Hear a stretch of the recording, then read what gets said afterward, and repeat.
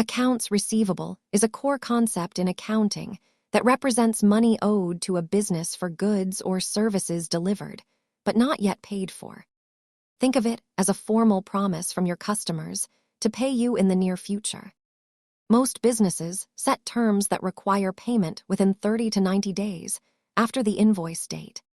It counts as an asset on your books, but since you have not received the actual cash yet, it is distinct from liquid capital. Do not confuse this with accounts payable, which is money your business owes to vendors or suppliers. Tracking how fast these balances turn into cash is vital for maintaining healthy operations and meeting payroll. Always remember that high sales figures do not matter if you cannot collect the payments on time. Understanding your receivables is a great first step toward mastering business finance. Subscribe for more fundamental accounting breakdowns.